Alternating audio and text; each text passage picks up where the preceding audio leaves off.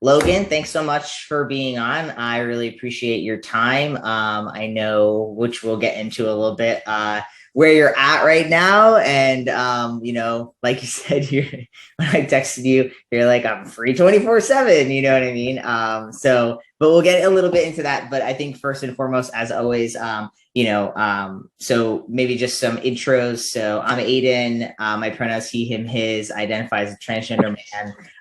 And yeah, just like your name, pronouns, and kind of like, who are you? What do you call yourself? How do you identify? So I'm Logan, I'm 25. I currently live in Denver, Colorado. And my pronouns are he, him, and I identify as a trans man also. Awesome. Cool. Is it snowing in Colorado right now? It has snowed in Colorado for the past couple of days, actually. Wow. Yeah, I'm always like impressed at how early it snows in Colorado. Yet though, which is kind of weird. I thought it'd be snowing the whole time I'm here. Yeah. Okay, cool. So I think like I kind of leaned up to it. Like, let's just jump right into it. Like, what are you doing right now? Where are you in your life? Why are you where you are? So currently I'm recovering from stage 1 phalloplasty. That was kind of a big turning point for me in my transition. I hadn't really thought about bottom surgery for a long time up until the past 2 years. And then it just gradually became kind of, my mom calls it like a natural progression of a transition. Like for me, like I wanted the whole thing. Like I wanted to be, I wanted to complete my transition by completing bottom surgery. And that was kind of like what a satisfying transition looked like for me. And I think, it took me a long time to get to that point, as it took me a long time to get to the point of starting hormones and getting top surgery and stuff like that. It just became sort of a progress for me and kind of a journey that I've really been on lately to find the completion that I've been looking for. So I started transitioning when I was 21. I came out to my mom when I was about 21 also. But it took me a lot of YouTube videos and about 6 months of panicking before I really came to the realization that I was trans. And I think, it's been like such a cool learning process and such an experience, and it's really changed who I am for the better. So yeah, that's kind of where I'm at in my transition. It's been a really humbling experience and kind of an opportunity for me to grow in more ways than I could have thought initially. Yeah, I totally feel that. So you mentioned how old are you now? I'm 25. Okay. And you said you came out when you were 23? 21. 21. Sorry. So when you're 21. Okay, cool. So, so you're 25 now. I'm kind of curious, like, what are the stats? So like, what's your surgeon? What type of surgery are you getting, like phalloplasty, like, as much as you want to share, as far as just like, what's this going to look like for you for the next, 6, 12, 18 months? Right. So I went to Dr. Blair Peters. He is a surgeon at OHSU. He is really just a nerve genius. He does a lot of research on nerve and nerve regeneration and nerve, like kind of retraining your nerves after phalloplasty to connect to the phallus and to, kind of develop that mind-body connection. He does a lot of research. He recently did a really like groundbreaking research on the clitoris and the nerve endings. It was previously thought that there were up to 8,000 nerve endings in the clitoris, and now we know that there's over 10,000. So he does really cool work, especially for, reproductive and, sex and, genitalia health and all that jazz. And so he was kind of who I went to for phalloplasty. After I had found his research, I was kind of like, yeah, like this is my guy. Like this is who I want to do my surgery, because I didn't want to just go to a place that wasn't doing any research or wasn't trying to improve their surgeries or improve their ways of going about things. And So I chose him pretty much because of that.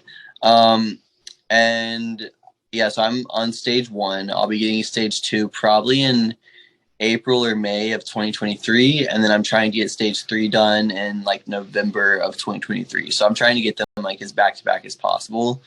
They're about 5 to 6 months between stages. So ideally I'll hit those marks and get surgery at those times. My goal is to be done by the time I'm 27. And I opted for RFF phalloplasty, which is where they take from your non-dominant arm to create the phallus. And stage 1 is kind of the more difficult stage, and stage 2 is where all the kind of fun stuff happens. So all right, so you said a lot here, so let's like break it down a little bit. So you talked about nerves. Like, for people who maybe don't fully understand what you mean, like, why are the nerves important? Why was that important to you? And like, what does it even mean? Like, what does it mean to be like, oh, he does a lot of nerve research? Like, why is that important? So I think, a lot of the concern when it comes to phalloplasty is the sensation and the erogenous sensation that someone will obtain or maintain after surgery. I feel like the biggest misconceptions is like, oh, you won't be able to feel it at all. Like, it's just attached to your body, but you have like no feeling whatsoever. And I think, with research like that coming out, we can kind of see like, oh, this is, what sensation looks like now, like tactile, erogenous, and like this is what we would like for it to look like in the next, 5-10 years. So in terms of nerve reconnection for phalloplasty with Dr. Peters, he takes nerves from your arm as well as a vein and connects it to the erogenous nerves and the tactile nerves that are in your groin area. And I think with the research that he does, right now he maintains about 90 to 95% sensation in his phalloplasty patients, which is good for RFF. But I think the goal is to get that 100% sensation, and kind of making sure that that practice is being put into place, because I think a lot of surgeons kind of lack in the nerve field, and that's not something that's as focused on as much as aesthetics are.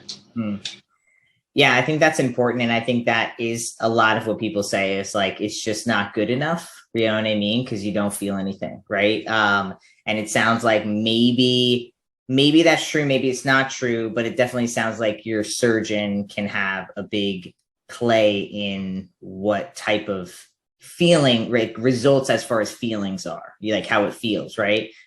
So how did you like find Dr. Pierce? Is that his name? Blair Peters. Peters, sorry. Yeah.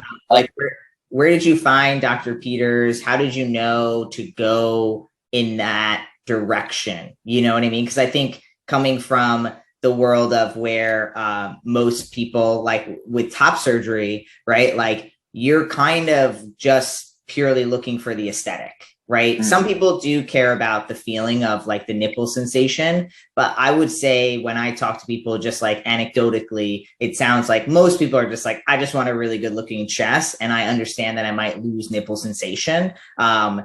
So how did you know where to look? Like, how did you find this doctor? So TransBucket was a really helpful place for me. So I found a couple results that were at OHSU that I liked. And then I ended up having someone actually DM'd me that was from Portland and was like, hey, you should check out OHSU. And I was like, I've seen some of their results. I am very interested. And I ended up contacting them, and a big appeal to me was that their wait list wasn't 2 years. It was like 6 months. OHSU is very new. So, a lot of the results that there weren't a lot of results out. I maybe found 2 results, but I really liked them and it seemed consistent. And then I liked the team that I've worked with since basically the beginning. And I think, those were just, between Trans Bucket, which I honestly don't know if Trans Bucket exists anymore. Like, yeah, if you saw me kind of looking away, I just was looking because to my knowledge, it had been taken down. And so everyone who's watching and listening, it looks like it was taken down.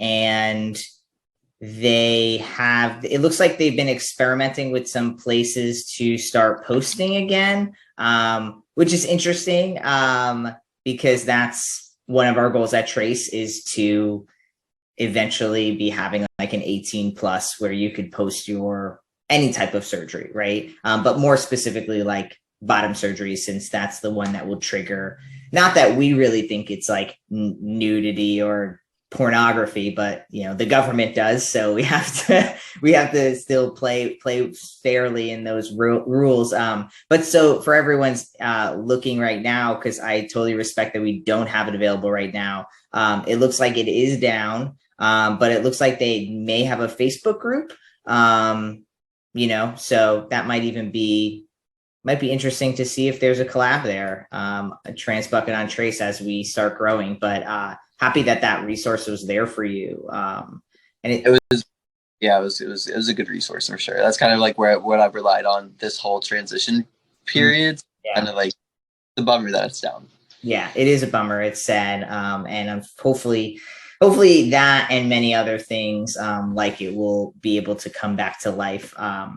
So great. So I'm happy that you found it. It sounds like maybe that doctor doesn't have a long wait list because it's not he's not mainstream. Maybe like, you know what I mean? Like maybe it's just not. No, he's very new and very like, everyone to go to the, Crane Center or to Dr. Meng Chen. And so I think, there are those mainstream doctors that a lot of people are like, oh, I have to go to this person there. So like everyone goes to them. Right. But, finding Dr. Blair Peters, like I ended up getting the results I wanted at like a much lower, like cost almost. Well, I have a question about cost, but I want to wait a second before we switch over to that. Like, just, as somebody who, I always have been on the side of like, a part of me is like, I would totally get bottom surgery, but another part of me is like the interruption in life, just all the other things. I just don't know if my personal dysphoria is high enough to the point where I feel like in my journey as a man, I will get bottom surgery.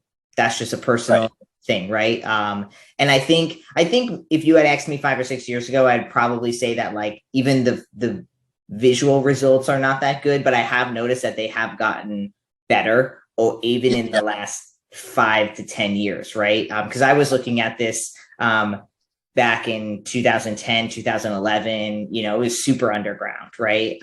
And so I'm kind of curious, like, again, so pretty much all this to say is I'm not that informed on all the stages. I have friends who've gone through bottom surgery who've had great results, who have had not great results. So, I know some things, but like, can you tell me about the stage you're at right now? So what just happened for you? What did you just do? They took the graft from my arm, created the phallus, connected the nerves, arteries, and veins. And then they created my urethra, my new urethra. So they created the new urethra in the phallus, and also kind of like on the side a bit. It's like, it's very, I can't quite like pinpoint exactly what's going on down there right now, but they create a urethra that they're going to connect to my native urethra, but that's going to happen in stage 2. So they create, the reason I should have mentioned this earlier, but the reason I also picked my surgeon is because of the way he stages the surgeries. So instead of doing the connective urethra at stage 1, he creates the urethra, lets it heal. So then when you connect to stage 2, there's only about an inch or 2 of healing that has to be done for the urethra, which brings his complication rate down to about 5%. And so for clarity of those like watching and listening, most of the biggest complications come in the urethra come with peeing, come with fissures, I believe they're called, right? Strictures. Yeah. So just AKA just like little holes, which make peeing not, I mean, if you've got a hole in your straw, it's not going to work efficiently, right? Right. And so you're saying that with this technique, there's a process, and instead of letting like 3 to 4 inches of a new urethra heal, right, it's going to heal ahead of time, and then when he goes back in for stage 2, it'll just be that part where he's connecting that will have to heal, that connective tissue. Yep, exactly. Cool. That's cool. That's definitely like a newer technique, because I mean, that's where you hear the horror stories of like having to have like a picture like cutting a hot dog in half. You know what I mean? Right. After stage 3, when everything is supposed to be working again. You know what I mean? So that's awesome. I love to hear that there's kind of this new approach for us. You know, that's really cool. So right now you're healing on the bottom. You've got no arm pretty much, right? Like your arm is quite, yes. Well, awesome. Can you feel any of that? Yeah, I can feel it. So I opted for what's called Integra. So if you want to talk a little bit about that process, I can do that. It's also like a very new like thing. Do you mind? Sure. Yeah. I mean, yeah, sure. I think whatever you feel is great and informative to those watching and listening. I think it's going to be great. And the whole point, so just for everyone watching, like the whole point of having Logan on is that Logan is willing and wants to share about these types of things, and I'm very grateful for it. Even as someone who I still don't think I'll get bottom surgery, but there are tens of thousands of millions of other people here, even just here in the US, who are going to or might want to, right? And so I think, and it's still interesting for me because I mean, that could change over time, right? So I think if you feel like it's something that people haven't heard before and you want to talk about it, and I encourage everyone watching, like, go follow Logan, you know what I mean? And we'll talk a little bit more about this later, but just like sharing that journey on Trace and being able to ask questions and things like that. So why don't you share about what was it called? I'm sorry, on the arm? It's called Integra. Integra, like integrity, but with an A, Integra. Pretty much. Cool. Yeah, share. So Integra is really cool. I opted for Integra because a lot of concern that guys have when getting phalloplasty is that their arm's going to look like pretty messed up. Like they're going to have a huge indent in their arm. Like it's going to look like the contouring is going to be off. So I opted for what's called Integra, which is, it's made of like protein and collagen and a bunch of like natural stuff that occurs in your body. And so that means they put the Integra on my arm. It's kind of closed with almost like a vac, kind of. So it's like sewed into my arm with like a covering. And then I'm actually having another procedure tomorrow where they're going to take the skin graft from my thigh, put it over the Integra like you would naturally. In stage 1 is you would take this graft from your thigh, just put it straight on your arm. But because I got the Integra, it'll add about 3 to 4 millimeters of skin to my arm. So it'll add to that thickness, as well as add a protective layer for my tendons, nerves, veins, whatever else. Instead of having that very thin layer of skin, I'm going to have the Integra plus the skin from my thigh. And so the contour should just look better, as well as just add more protection to what's under my skin. Right. That's cool. I've never heard of that either. I've definitely seen the videos. So I have a weak stomach. So I've seen the videos of just like a vacuumed arm and it's just like, there's just no skin. It looks like an anatomy. Yeah. Pretty gnarly. Yeah, it's gnarly. That's for sure. So that's awesome. I'm excited to kind of hear how that goes for you. So on your leg, then will you have a slight indent on your leg? Potentially because they'll take the top layers of my skin and then half of the like middle layers. There's words for it. I'm not quite sure what the words are. I wouldn't know what they are anyway. So So that's kind of like what they're taking, and then they're just gonna put that directly on my arm. So my leg will just heal, the skin will regenerate, and it'll be just like normal.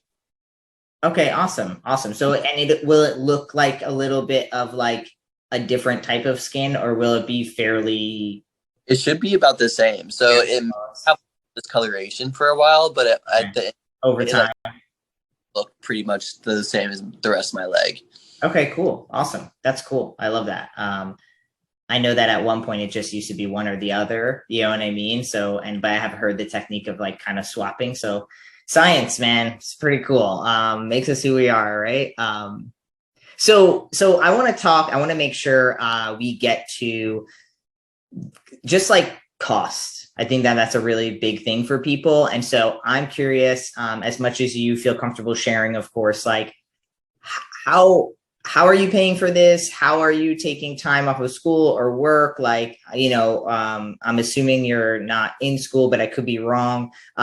So, how are you doing that? Because I think a lot of people listening might be like, yeah, well, if I had the money, I would, right? But more and more trans guys are getting bottom surgery, which and I know some of them are not fucking loaded. So I'm kind of curious, like how are you affording it? And what was the process of getting the funding for this? Right. So I had my consultation August 30th and then got scheduled for surgery November 4th. And I scheduled probably a week after that consultation.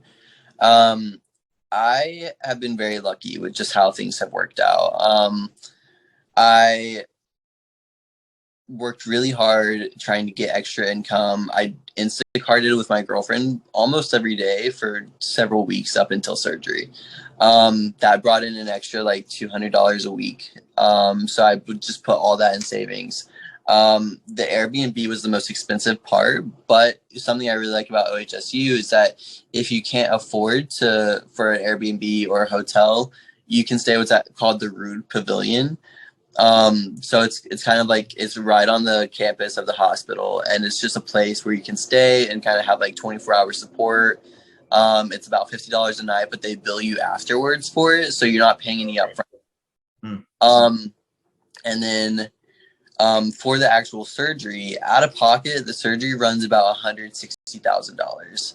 I went through insurance through my job, and I am paying a little over $4,000. Wow.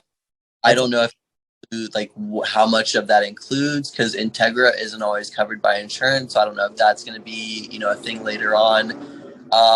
At OHSU, I didn't have to pay any deposits, any down payments, anything like that.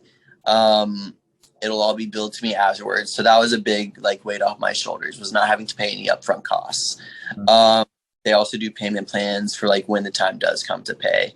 And then I was able to take 2 weeks off work just from PTO I had accrued. And so I've been continuing to be getting paid. And then I actually go back to work, and I work from home in Portland starting this Friday. So I'll be kind of doing the work. I do have a lot of work support and a lot of people who know what I'm doing in Portland. So that's been exceptionally helpful too. I think honestly, just having such a big support system, having people who are willing to take shifts with me in Portland and kind of watch over me while I'm here and at my most vulnerable has been the biggest thing. I think, truthfully, when you have such a strong support system, it really is a lot easier to make things happen. Yeah. Yeah. So it sounds like just knowing that this is happening so you could accrue all the paid time off as possible, getting extra jobs, whatever, Ubering, Instacart, whatever the hell you can do to make an extra couple $100 a week, right? Which probably means you had not much of a social life. And it also sounds like maybe your partner, your girlfriend, gave some of her own working time to help with that money. So that's amazing. So again, that support system, right? And can you clarify for me? So you said you're in Denver? Yeah. Why are you in Denver? I live in Denver. Oh, okay. I'm in Portland for recovery. Right. Yeah. Okay, cool. So you found people in Portland who also can help support you, even though I have just a lot of friends who flew out for me from Denver, from North Carolina, pretty much everywhere. I just had, like I said, just a really support system people who wanted to help. That's awesome. That's beautiful. I love that. I think that's awesome. And I love that OSU has the that like $50 a night, because that's hella cheap. You know what I mean? And that means you may, and it sounds like there's support. So like if you couldn't actually have someone there for the first whatever, however many days you have to stay after, you don't actually need anybody. Right. It's just kind of, you know, it's almost like a dormitory almost, but I can imagine if it's on the campus, it's probably like an old it's a really cool program that they do. Yeah. So I lived in Oregon for 5 years, and they are very progressive on their trans rights and stuff like that. Like I was on their like, I don't know if it was a Medicaid or Medicare, but pretty much I was broke and I couldn't afford.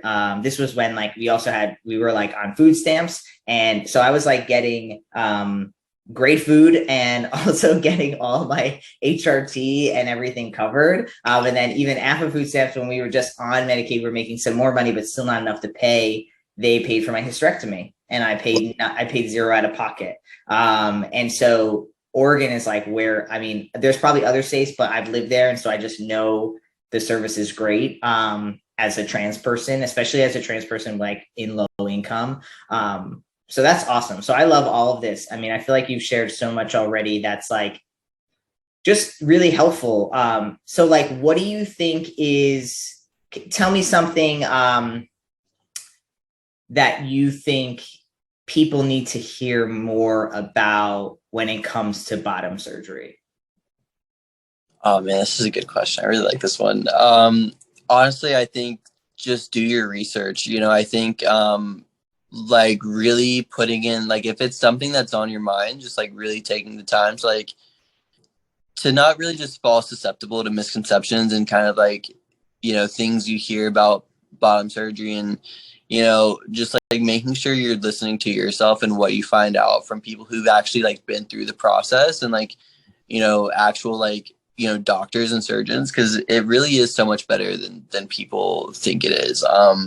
You know, I actually had a conversation with my surgeon about how he's had people who are in their 50s and 60s coming in to have phalloplasty because they didn't realize how good it had gotten, because they were thinking of results from, you know, even 5-10 years ago.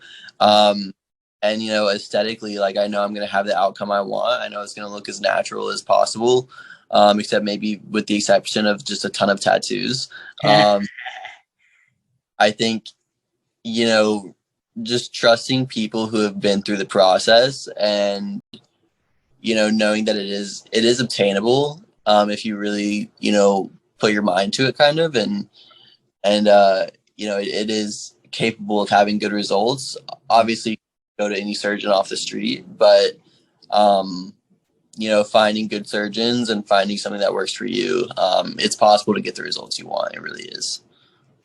Yeah, I totally relate to all those 15, 60-year-olds, because it's just like once you look and see a bad result, you're like, I'm not getting that. And I think, like, you know, personally speaking, it's like I think it's easier for me to just assume I'm not going to get it than it is to get it, because it can feel overwhelming to think about getting a surgery that's 3 stages. And so it takes like, you know, so all of this to say that like, I'm really happy that you have access to the care that you really need to really feel whole in your body and be able to truly like live. I mean, you're still young, like just like live your whole life, you know what I mean? And not have all of this dysphoria that's hanging over you. And, you know, not to say that surgery heals all and everything, right? But like it fucking makes it a hell of a lot better, right? Like it's like, you know, it's like